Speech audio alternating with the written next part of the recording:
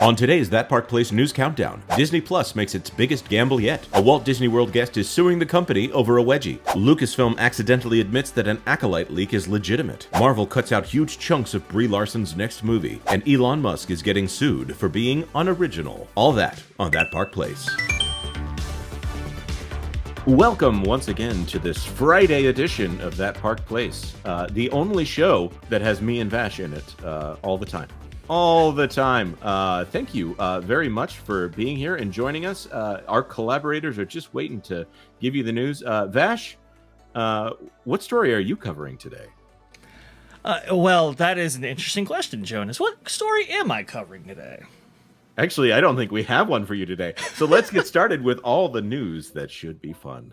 Number 1. Jonas J. Campbell here from That Park Place, and today I have a story out of Variety. It seems like Disney Plus will start cracking down on password sharing next month, and they reserve the right to terminate violators' accounts. One of my favorite reporters over at Variety, Mr. Todd Spangler. Bad news, folks. If you're piggybacking on someone else's Disney Plus account, you may soon have to pay up to access the streamer. The Mouse House has notified Disney Plus subscribers in Canada that as of November 1st, unless otherwise permitted by your service tier, you may not share your subscription outside of your household.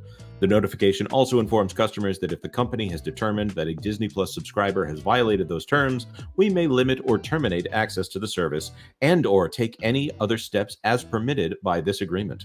The language suggests that Disney Plus will be offering a new option or options for account sharing outside a primary user's household.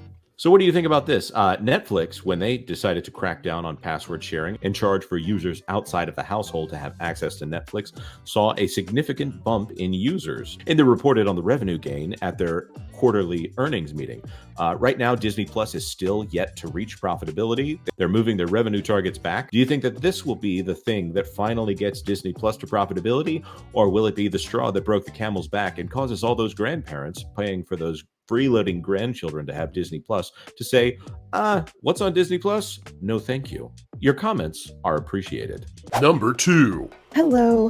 This is Lorena of the Lorena Creole YouTube channel, keeping it real when it comes to theme parks. And speaking of keeping it real, it turns out a woman got a wedgie on a water slide at Disney's Typhoon Lagoon. Coming to us from WDW News Today, a lawsuit filed in Orange County, Florida, alleges that Walt Disney World Resort fails to warn guests of the inherent dangers present on the Humunga Cowabunga water slide at Disney's Typhoon Lagoon. The complaint filed by Emma and Edward McGinnis details a 2019 incident in which Emma McGinnis suffered a painful wedgie on the slide. The couple is seeking $50,000 in damages. The complaint states that at the top of the slide, riders are instructed to cross their legs and ankles, which is a very common thing I've seen at all the water parks that I've been to, that you need to cross your legs during a slide like this.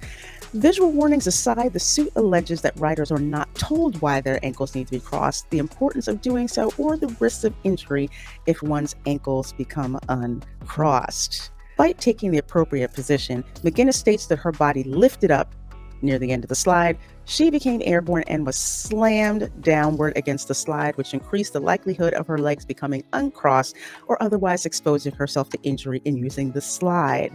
And apparently the impact of the standing water at the bottom of the slide caused her one-piece bathing suit to be painfully forced between her legs, also known as a wedgie, and water going into places where it should not be going at that height of a speed. So do you think that this woman has a case? Let us know in the comments. Number 3. Hello, this is John Trent. I'm the founder and editor-in-chief at Bounding Into Comics. Today I got a story about a leaked Acolyte trailer that has been making the rounds on social media that the Walt Disney Company has actually filed a claim and had it removed from Reddit where it originally popped up. This trailer was indeed from the Star Wars Celebration back in April. You can hear the people cheering in the background if you were able to watch it. For those who are not able to watch it, we do have full coverage here on Bounding Into Comics. I don't really want to go into the details of it because I don't want to spoil what's in it for those who don't want to be spoiled. But this trailer has been making the rounds. We do have a really good in-depth description of it here on Bounding Into Comics where you can, I wrote it all down almost like scene by scene. Even the little brief montages, I provide descriptions of those as well. And you can also get my thoughts of it as well. I just wanted to let you know this leaked Acolyte trailer is floating around out there, and the Walt Disney Company is now putting copyright claims out there for people that are uploading it. If I do scroll down here a little bit, you can see here that the embed of Reddit does indeed have that sign there that says removed by Reddit in response to a copyright notice. So they are indeed going through and removing it now, confirming the authenticity if it was indeed in doubt, which I didn't think it was. It looked pretty legitimate anyways, but just wanted to let you guys know that that is indeed out there, and you can get, again, a full breakdown on Bounding into Comics. Number 4. Hello there, I'm Will the Troll from Floor From Under a Rock. The Marvels is coming along, and it'll be a do anything else because you'll value your life and miss it experience, or a blink and you miss it experience because it's going to be the shortest Marvel film yet.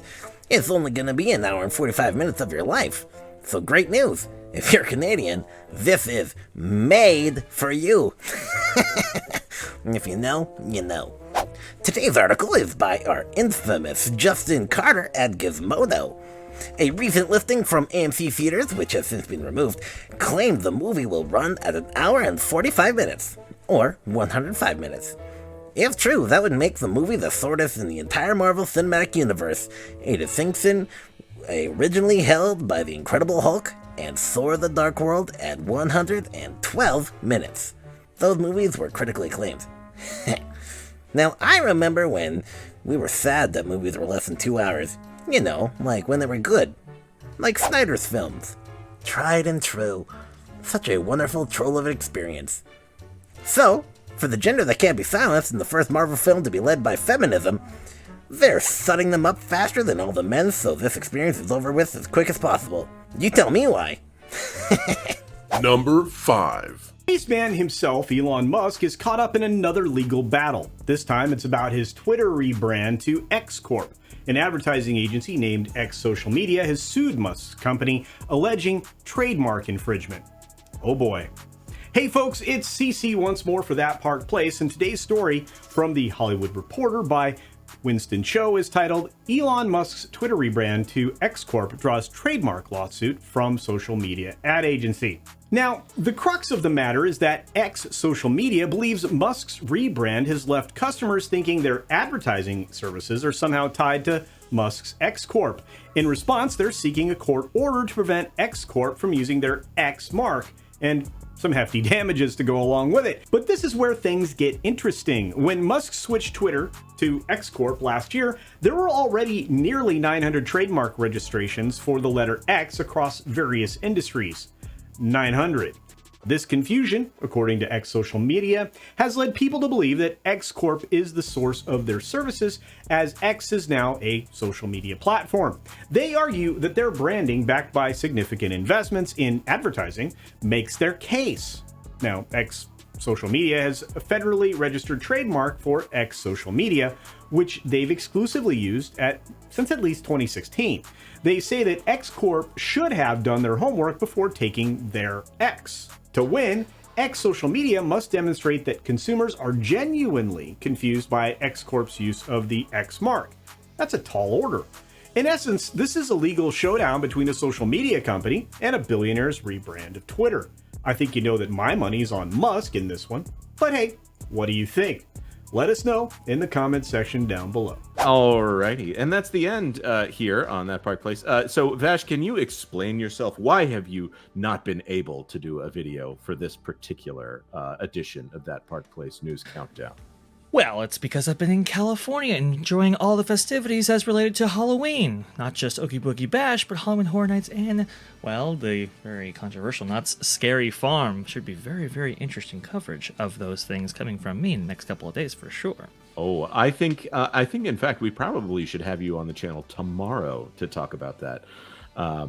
My goodness, there's a lot to talk about with Knott's Scary Farm in particular. So you're saying though that you had a California adventure, right? a very unique California adventure. That is for sure. Yeah. Did you happen to make your way to San Francisco? I did happen to make my way to San Francisco and examine that land with its iconic bridge for myself, and I've got interesting thoughts that I think people are very interested in. Well, for those of you who might not be aware that we are pointing towards at least two items here with some serious tea to spill, Please stay tuned and subscribe to That Park Place for all the news that should be fun, because we're going to talk about these things later. Okay, all the news that should be fun. Bye. Thanks for watching That Park Place News. For more information, consider checking out www.thatparkplace.com for all the news that should be fun. Don't forget to subscribe, share, like, and send this out on your favorite social media accounts.